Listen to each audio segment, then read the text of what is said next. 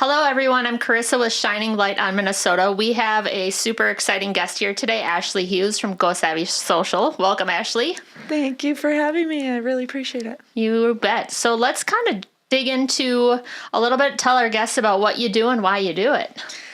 I am a business development strategist with a little bit of a marketing twist. That's basically the foundation of GoSavvySocial. We work on organic strategies internally with organizations. Nice. So how long has GoSavvy been around for? So GoSavvy was actually founded as a turn of events in 2009 and DBA'd in 2014, a foundation of an events company, and pivoted to a social media website company, and now with the foundation of a development strategy. So it's been in the works. Yeah, absolutely. Tell us a little bit, like you did some event planning, everything like that. How did that first start off? I spent a very large amount of money with someone else in December of 2008 and decided I thought I could do it better. Went at it independently, couldn't make it thrive on its own. Then ended up getting approached by my local community festival, my hometown Isani Rodeo Jubilee Days, to coordinate crafters and vendors for their city festival because their volunteer force had fallen short. Yep. And that turned into working with several different communities, Albertville and Waukon and St. Michael and communities up north. Nice. The pivot happened in just my fade of community. It's very hard when they don't have the volunteers, and it's hard to watch them struggle. Right. So what is your why? What was that, just kind of trying to help out the communities in general in the beginning, or what drew you into that? The true passion came with the community involvement, and it's always been a foundation of who I am. People say, why do you continue to network if you're at capacity or when you have contracts so deep into the industry? And it's really just my passion for supporting one another's and referring one another's where it fits. How I got to you. Yeah, right. And that's kind of, important for people to know on the outside world looking in. It's all about the connections that you make and having those conversations and really getting to know the people. Yes. What are some of the interesting people that you've met along the way that have really kind of helped drive you to where you are today? I think my development strategy bloomed most when I was with Doc and Door Tech out of Now Then, so a W-2 position, but the leader there is just a phenomenal leader, a great coach, a great mentor, and so I was able to spread my wings in development and support that with my marketing background. Nice. So you started off and now you've kind of gotten into coaching. Tell everybody a little bit about that and how that works and what that's all about. So generally, I'm working with internal teams to support their marketing and sales efforts, more developing a personal sales brand aligned with the company culture and organization and their marketing as a whole, and how we pivot that into an organization to generate revenue. And how do you feel that going into different businesses, they take that? Like, obviously everybody needs coaching and they need some guidance and how to generate the sales and kind of get that going. Have you had anybody that's kind of made it a little more of an obstacle, or that you've had to kind of back engineer it to restart again? I do not do templated strategy. Nice. So every organization is a different model that works for them. And generally, I'm meeting with teams to make sure that we're all in alignment from the start. And I know who my strong players are in certain areas. That takes some time. Absolutely. There's always a struggle internally, I feel like, in change or a different strategy. But just communicating with the teams to make sure we're all on the same page or addressing concerns right away when we run into them. Nice. So I also noticed you do a lot of keynote speaking. How did you get into that? I was given the opportunity to speak at a corporate event, and it sat well with the dealers in the organization and how I was using social media organics versus Facebook boosting or Google AdWords to promote them using more internal sweat equity, and teaching them in front of the group felt phenomenal. Nice. You always get a little nervous. Oh yeah, absolutely. Yeah. You never know what to expect, like a little on edge. Like even doing podcasts every day, I'm like, let's go. What are we walking into? Yep, right.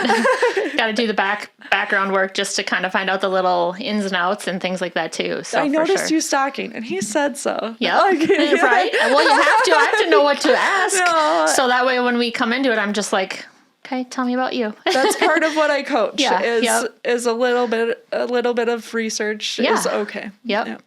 So you kind of started off, tell everybody, there's a little bit of a story, yes, when I did look into you about your grandpa and getting into that and his story.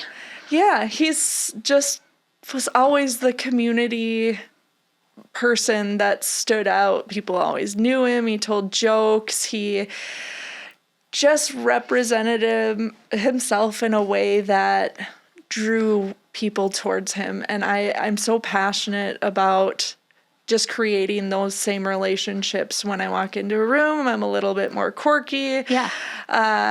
When I finally let my personality out, I think I'm memorable, and I think creating a brand around a memorable brand for your person is so important. Yep. How do you find, or what do you find when you go into places and they don't have a background story or they don't have a story to tell? How do you kind of help them bring that out in their brand recognition? It's very uncomfortable sometimes to get deep into someone's why when they have no idea why. Why? Because I wanted to. Why? Because I can. Yes. But people really take to it. You know that. Yeah. People take to a solid story, and it creates a great experience for everybody. And if we think about breweries or wineries and going in there, you're anticipating a full experience when you walk in, and that's how I get people to realize, why do you go to that place? Because it pulls at my heart. Yep. How do we create that experience for you? And how do you reiterate that? Like when you go into places, do you try to find out, like when you're walking into a place, like, I wonder what their story is? Or you just kind of start thinking about the whole marketing and branding as you're going in somewhere? Oh, it's hard. When you're a marketer, you always think you're being marketed to. Yeah, you do. Yeah, absolutely. So yes, oftentimes I'm looking at other people's strategy, and there are some that tread a very gray line, but the gray line taps into their core client. You have to be very wholesome about who you are and how you project that, and stand by anything you put out there. Mm-hmm. Do you do, like, what areas do you cover? So if someone comes to you and says, hey, I need some help, my company needs some help, we need some coaching, or I'd love to have you come to an event, what areas do you go out to? I'm expanding into other states now. Nice, exciting. Scary. It is, yeah, it is. Just because the digital aspect, you lose a little bit of personal, and I truly believe in the personal touch and creating relationships. We can't walk into organizations and find your decision maker anymore. Mm-hmm. How do we reach that person when we're a salesperson on the street? How, so I face similar, maybe imposter syndrome on handling in a digital environment, but the people I'm choosing to work with in those spaces are good in a digital space already. Right. Have you found, have you gone into any other states yet, or you're just going to be going out to other states? Well, I've done it in Wisconsin, so that's out of state, but close enough where I can drive. Right. I have conversations in Iowa and Nebraska right now. Do you find that with even Wisconsin, people are like, oh, you're not from Wisconsin, you don't know the background history of our state or things like that? Because sometimes they get very clouded if you're not from those areas. And how do you reach out to those people a little more? I think I belong in Wisconsin. Yeah, actually. Me too. We always camp in Wisconsin. It's just people are very genuine out there. You don't have the circles that Minnesota has. Everybody's very open, and I'm an all-inclusive inviter. Mm-hmm. So if there's an event happening, I'm like, do you want to come? Do you want to come? Yeah. Ashly, why are you always inviting everyone? Because the more the merrier. Yeah. So I think I'm jiving well with the other states, but yes, Wisconsin has sat better than others. So in your area of expertise and being an extrovert, do you get exhausted and get overworked and kind of start feeling that you're pulling yourself a little too thin at times? I would call myself an introverted extrovert. Yeah.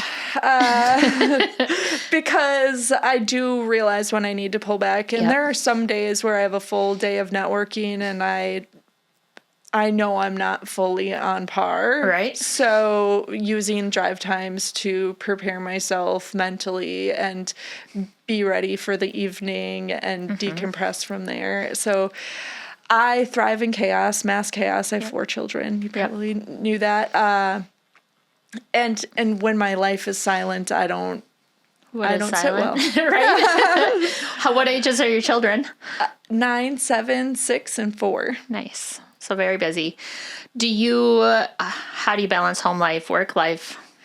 We have a really strong support network. Nice. Great That's amazing. daycare. Great. My mom's always in with the kids once a month at least, and they need that exposure. Yeah, they do. So. Yep. Good. So you were born in a Santee. Where did you go from there?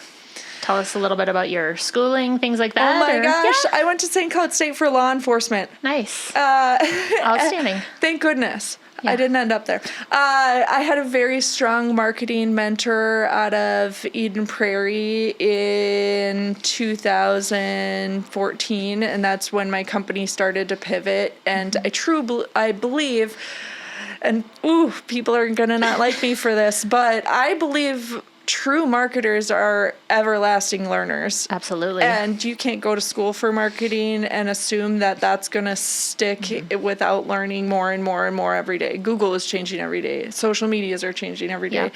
How we reach people has changed significantly. Yep. So when people say, did you go to school for marketing? I kind of giggle a little bit. No, polar opposite, but we'll be good on that one. But I would say law enforcement taught me some skills that help me and hurt me. I'm always willing to ask questions, dig deeper, get to the core of the problem, and challenge perspectives. Right. And I love anyone that also challenges me, just because we can learn so much from each other in that space. Well, and that's how you grow. That's what makes you who you are, is thinking outside the box and going that extra mile and like, okay, where to next? Like the whole, where am I going to go kind of theory, and how can I keep growing myself? Absolutely. So let's talk a little bit about emotional intelligence. How do you feel that with the world changing the way it is with AI, VR, everything like that, people stay connected to themselves, but also to their business, and keep their emotional intelligence going forward so they don't get lost behind a computer or screen? Ooh, my God. Good question. I think and I will say it, I struggle with emotional intelligence based on the day, what you've been through, so self-reflecting, staying introspective, asking yourself questions. Last week, great, somebody that always challenges me said, I think you're playing small. Oh. And when we said, you should go out of state, and I said, it's scary. Yeah. These conversations, I don't know if are meant for me, but I definitely want to have them. And he was right. It hurt to hear it, but he's right. I was playing small. Yep. I wasn't seeing the whole picture. The people I met with were fantastic. It was so really digging deep into when somebody says something to you, it might really hurt to hear, but can you grow from it? And is it true to what you believe internally? Right. Do you think that taking a step back when someone says something, obviously like not being reactive, but taking a step back and being like, okay, why are they thinking this way? Like, what's going on? What am I missing? Maybe I'm missing something there. Yeah, and that's where I revert to questions to get the full, because my words of the year, I was not going to pick words of the year this year, but it was perception and perspective that just kept, and how you interpret what I say may not be what I actually said to what I was internalizing to say. So being okay, asking the question, asking for a sale, Yep. always asking. Don't be afraid. Well, I think too, with the way technology is, there's not a lot of emotion behind it. So you could say something via text or email, come off one way, and or have a word read totally the opposite way that you feel. So it's getting that emotion put behind that as well. And I think that's big for businesses to understand that you could be saying something one way, but it could be read a totally different way. Right. And I know we like to have things documented, but again, you're taking the personal out of it. And we crave that as a society right now. Even if we're an introvert, I met somebody at a networking event a week or two ago, and he said, whoa, I'm an introvert. And he had stepped aside. I was looking at him all night to catch time with him. Notice he stepped aside and thought, this is my opportunity. But he and I just backed off and I said, absolutely understand you need to breathe. And he said, why don't you stay here and talk? Okay, so there's just different ways to work with different people and not too. feeling offended when somebody needs to communicate with you. That's what they need. Yep. What do you feel is important for when your kids grow up? And it's scary to think the way the world's going right now, but the way they're going to be with technology and with everything that's out there. My family is highly exposed to technology just because of my knowledge, background, fields. And we just have very open conversations about it. And I think the more we can make sure we're communicating with our children and understanding the right and wrong and why things are a certain way, and the way I was raised by a single dad. I knew I could call him even if I was in trouble. Absolutely. And I wasn't going to be in trouble. He would make sure that all things were right around the situation, and I want to make sure that I'm doing that for my kids because I think I got in less trouble because of that. Because you knew you always had someone to turn to at the end of the day. Yep. How do you feel like, obviously with the way the world's going, doing your keynote speaking, doing all your coaching, everything like that, that's going to change in the future? I think we're going to pivot a little bit more where it's going to be accepted for a while, but if you follow the trends, it pulls back into internal organizations unless you're a proven skill and asset to the organization, and that's when they keep consultants and fractionals and those people in that space developing.